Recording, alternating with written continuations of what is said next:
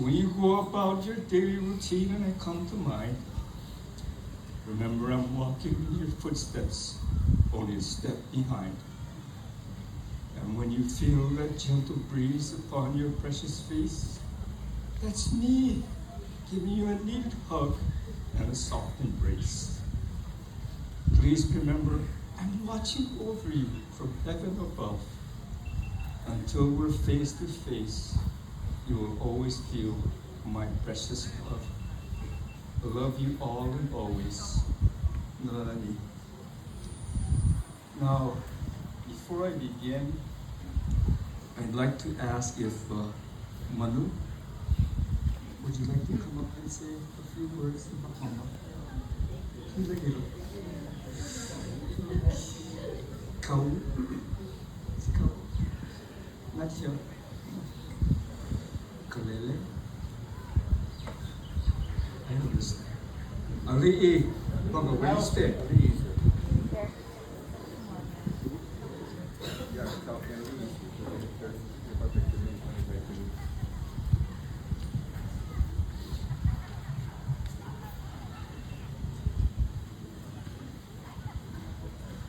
Hello, Nui Kako, everyone.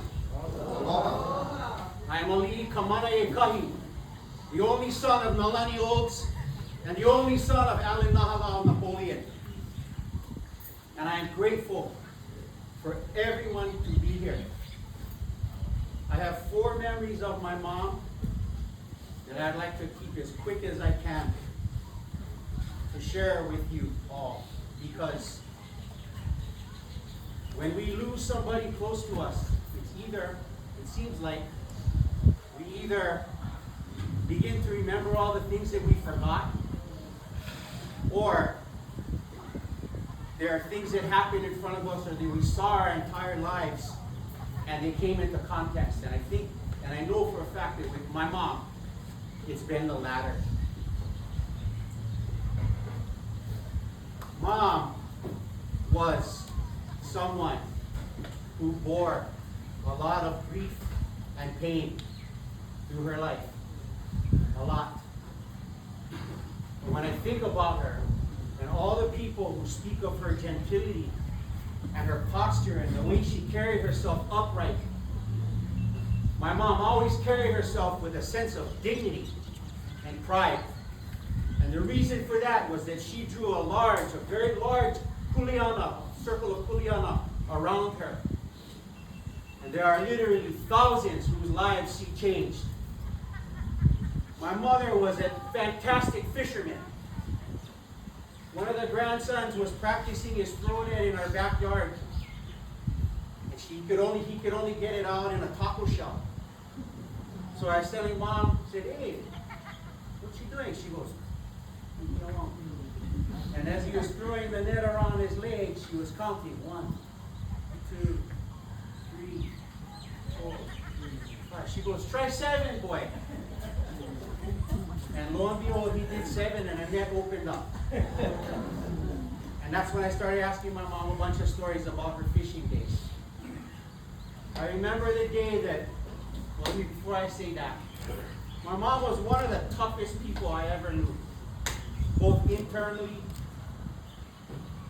and physically. For a long time, it was just her and I after my dad passed away.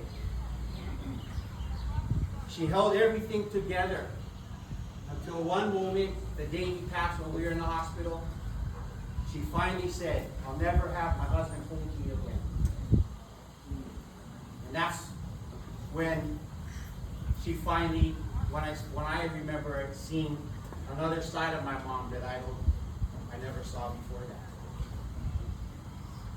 So her and I living together, she almost cut her finger off with a cleaver.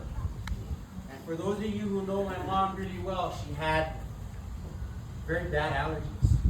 And out of these allergies, she had a lot of fear of getting an adverse reaction, of course. So she had her bone reset and her finger reset, or her finger stitched with no anesthetic, per her directions.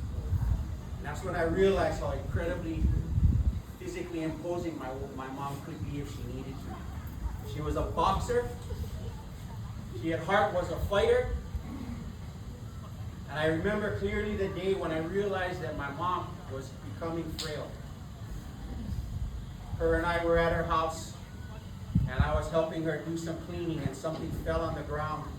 And we both reached down at the same time as soon as possible, as soon as we could, standing in front of each other, and our heads collided really hard. And that was the first time I ever saw her cry out of pain. And I realized that my mom is getting up in age, and she needs to be looked after. So my mom is of the old guard. My mom is of the old guard. And when she passed, a line was drawn in the sand. And that line is, where do you stand? At the end of the day, when she went, the spirits rose. The spirits rose in the ocean. They rose in the sky. And there are spirits that rose on the ground that are black and formless and ancient and timeless. And where we draw the line and where we stand on that line at the end of the day tells us where we're going to be at the end of the day. That needs to be said. I am grateful for everyone being here. My children are grateful for everyone being here. And I'm so happy to see so many faces that I haven't seen in a very long time. Thank you, everyone.